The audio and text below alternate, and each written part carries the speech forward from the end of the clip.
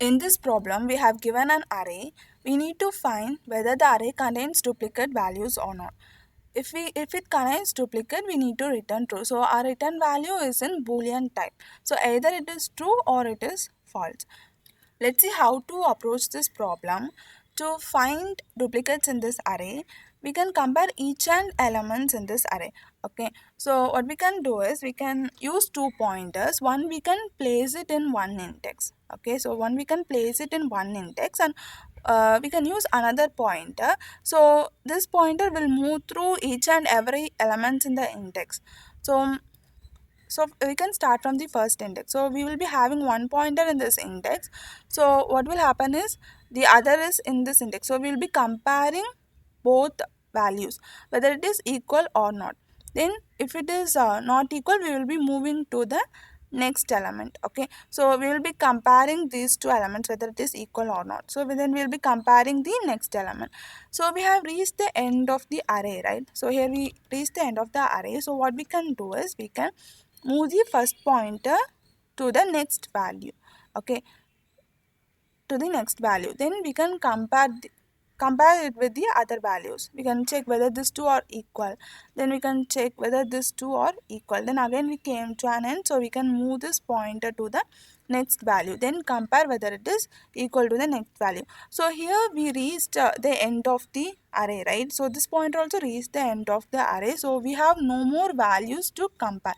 So we can stop the pointer at this index itself. Okay, this is our brute force code. We use two for loops. Okay, so we use two for loops. We use two pointers to traverse through the array. So one pointer will be placed at one position, the other will be traversing each other elements in the array, and at the same time we will be checking whether it is equal to the whether the both the pointer values are equal or not. Okay, so let's see. So we have placed the I pointer at the first index of the array. So it is traversing till the one element before the array ends. Then okay, then we are using another pointer j. So it is placed in the I plus 1 position. So this j value will come after the I value. Okay, then we will be going inside the loop. So if nums of I equal to nums of j, that is nums of I is, now I is 0, so nums of I is 1, right? So value of 0, so value of nums of I is 1, then value of nums of j is 2. So we will be comparing whether this both are equal or not. So it is not equal, right? So this if loop will never get executed. So then it comes the for loop. So the for loop will get, this for loop j loop will get incremented to 2. So already value 1 is there, so it is incremented to plus 1, so it is incremented to 2, second position. So this j pointer is going to 2. Now it is checking whether this value and this value are equal or not. So here it is not equal, so again the j pointer will be moving. So j pointer is incremented and moving to the next value, next index, that is 3. So here we will be checking whether these values are equal or not. Yeah, here the value is equal, right? So what happens is 1 equal to 1. So this condition is true, right? So what happens? This if loop will be executed. So it will return a boolean value true.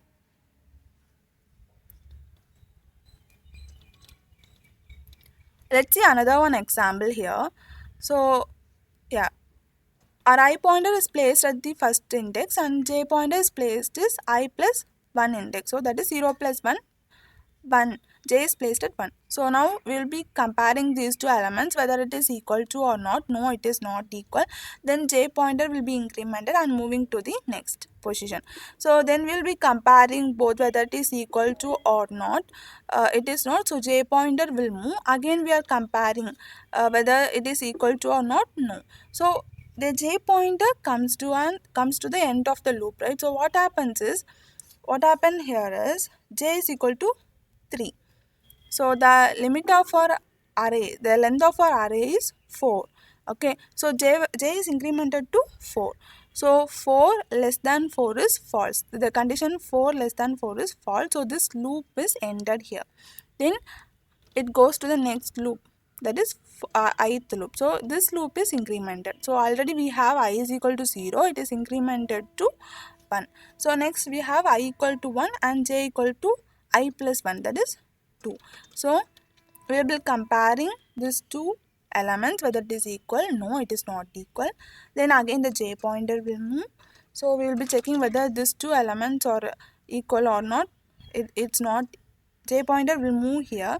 So we will be checking whether this two element is um, true or not. It is not true. So it came to an end of the array.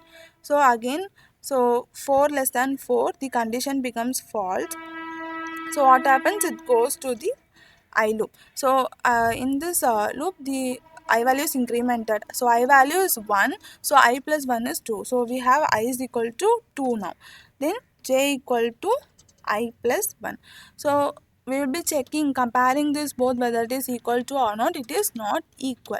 So now what happens is, it is not equal, so j came to an end, then so j will be incremented, then I will also be incremented, right? So I will increment to what, 3. So I will increment to 3. So we have here length 4 minus 1, that is 3. So I value is also 3, length minus is also 3. So 3 less than 3 is not true, right? So the condition becomes false. So the for loop, this I for loop also get uh, ended here. So then after this it will return the false. Okay, actually this solution is a brute force. We have using two for loops, right? So its time complexity is about big O of n square. So to optimize this we can use another method. Okay, to optimize the solution we can use HashSet. So what is a HashSet is, so it is a class in Java. Okay, basically it's a class in Java. So whatever the values we add in the HashSet should be unique. So it cannot have duplicate value. So what are the problems, what are the lead code problems, it asks for the duplicate values. You can use HashSet for better time complexity. Okay, so here we no need to return any indexes or the indexes or the count of the duplicate values, right? So we need just to find whether it is duplicate or not, whether true or false. So we can just simply use HashSet. So if there is a question asked like we need to find the count or we need to return the indexes, we can use HashMap.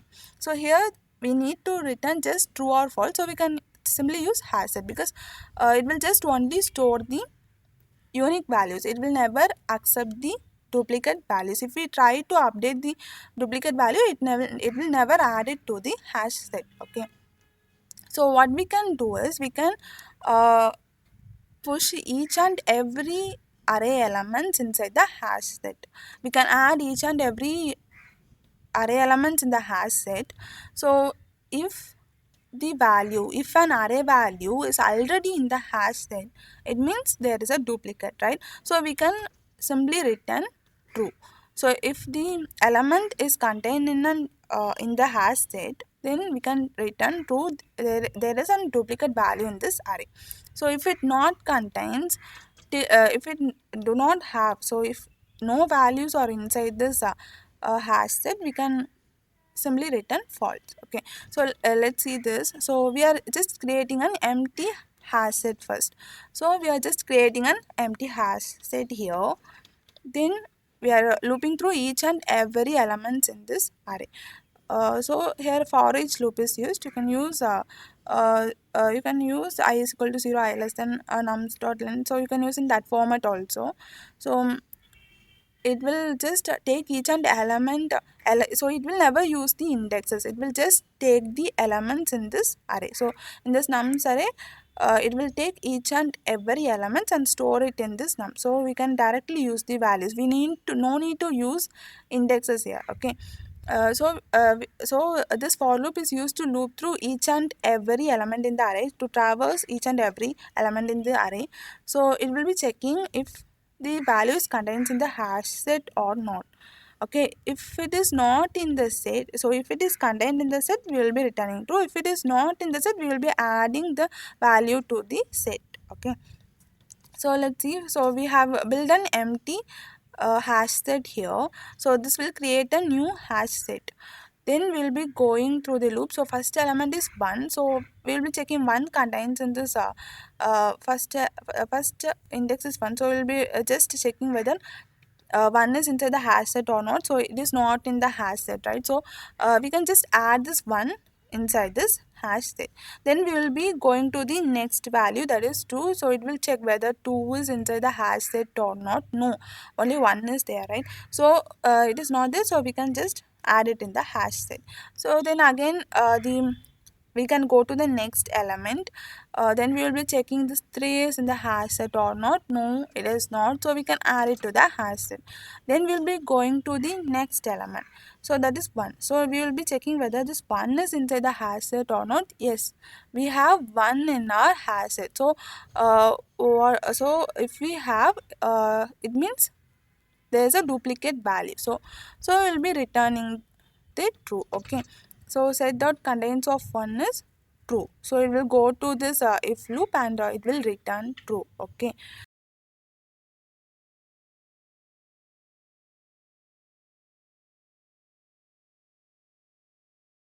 in this problem we have given an array. We need to find whether the array contains duplicate values or not. If it contains duplicate, we need to return true. So our return value is in boolean type, so either it is true or it is false.